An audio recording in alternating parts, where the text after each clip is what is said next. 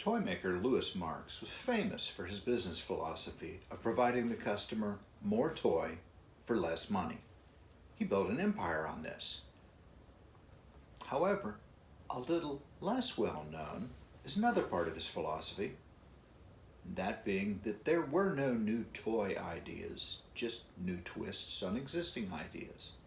Many of the items in the Marx line reflected this, being staples of the Toy King's line of toys for decades, some of them 30, even 40 years. One line that went through many derivations were their miniature firearms.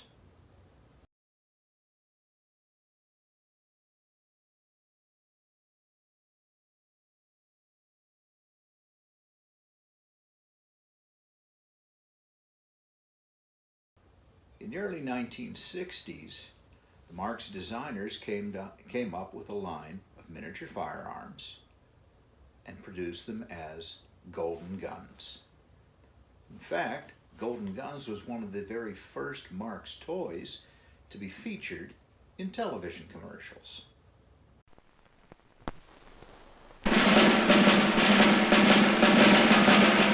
You've seen guns for peace and guns for war, but you've never seen guns like these before. Never seen guns like these before. Golden Guns by Marx. Now the greatest guns in history are Golden Guns by Marx. But get set for the surprise of your life, kids, because Golden Guns are only this big. Think of it. Now you can own a magnificent golden-colored miniature of the famous Kentucky long rifle. Own a glittering German Luger. Flip the chamber of a shining .357 Magnum. Snap a gleaming bayonet out to this 1903 Springfield. Tote a fancy-handled Stagecoach six-shooter. Complete your collection with this sparkling Derringer. Small as they are, Marx Golden Guns fire real caps, and you get this beautiful collector's case with every golden gun you buy. Each case comes complete with accessories, caps, and an exciting short history of the gun itself. Own tiny golden-colored miniatures of the guns made great by history. Get Golden Guns by Marx. The golden guns were a hit and are fairly plentiful in the market today. However, after a period of time, they, like many toys in the Marx line, were reinvented. They came out again in the 1970s as the historic firearms collection, even being featured in the 1974 Marx Toy Fair catalog.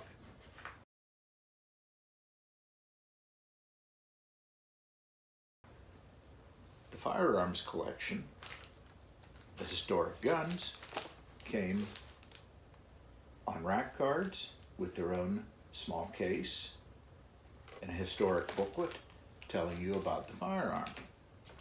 There were many different weapons in the line, pistols and rifles, all of them being cap firing, and all of them being historic weapons of some sort. When Marx would design a product, a lot more went into it than just the design of the toy itself. The advertising, the packaging, the promotion were all part of the same process, were all part of the design of that toy. The miniature firearms were actually originally designed in the Glendale, West Virginia facility. And some of the earliest prototypes, we found out recently, were tested by the children of the corporate secretary. Gary Ryder, one of those children, spoke with us recently about his mother's work at Marx. What did she, as the corporate secretary, do? She was in charge of mailing correspondence, whatever the plant manager needed as far as typing, and those kinds of skills. Mom was a good typist. She was a good composer of letters. She was efficient at whatever she did for the manager. So whatever he would tell her to do, then she just did it. I see. So she would have been the one not only handling the correspondence with the outside world, but probably doing the memos to the staff and things like that. Yes.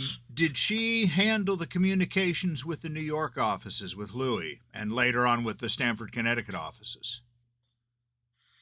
I believe she did, because oftentimes she would receive items that were prototypes. I remember they had small pistols and rifles that Mom got. Those really tiny ones. The class historic firearms and golden guns. They had a couple different reincarnations of that line. And she got one of the first few prototypes from them because of her work.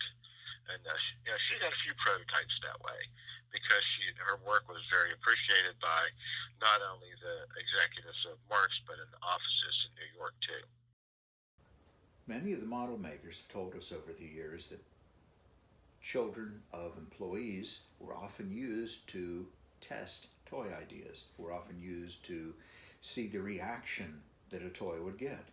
And the Ryder children evidently liked these miniature guns as they were put into production. Yeah, she had prototypes, and my brother was one of the ones that often would try some things out. And then he would just run them to death, and then they would see what would wear out on them. And she did have some prototypes, yes, that my brother did, get to play with and work with, and yeah. Okay, so he was like your unofficial stress tester. Yeah. Many of the miniature firearms were made in the Japanese factory, even though they were designed in Glendale. Also, much of the promotional material came out of the Erie facility. An item that has recently come into the museum's possession is this printer's block. This is not a newspaper ad. This is actually a trade ad for the Precision Miniature Historic Firearms, which eventually became Marx Historic Guns.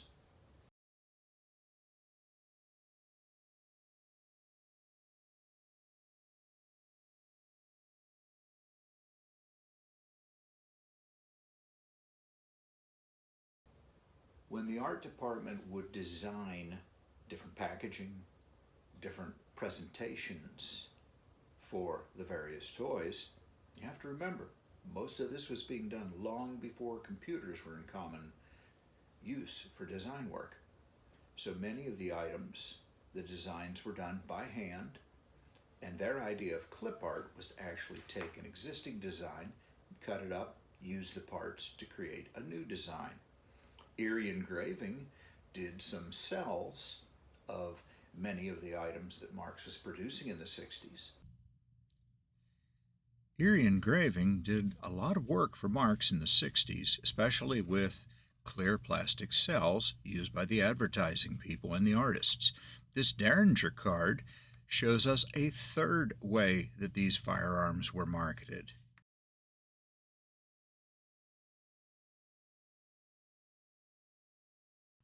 This collector series card, which would be for any of the rifles in this series, shows you how they could take pieces and bits and add them to complete a package. Here we have instructions for loading the .357 Magnum.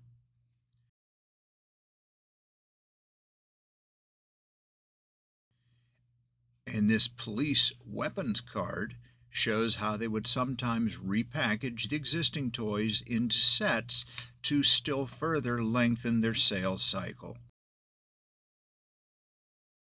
The Civil War Cavalryman set is a similar product.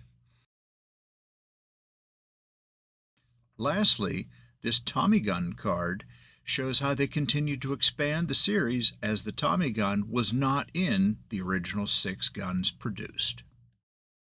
So what of Louis' philosophy? That there were no new toy ideas, just different takes on old ideas. Well, as an example, one of the historic guns, the German Luger pistol, still to this day is available as a keychain.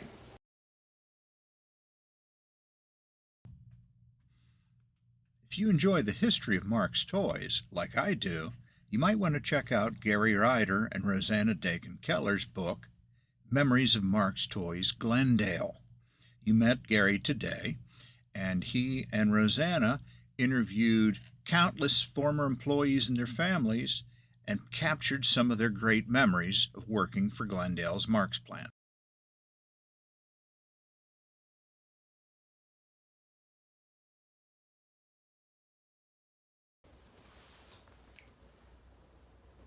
Well, that concludes today's episode of Kruger Street Stories. We hope you enjoyed it. Don't forget to like and subscribe and turn on notifications so that you can know about each video as soon as it's posted. And if you liked this video, here's a video we think you'd like to watch next.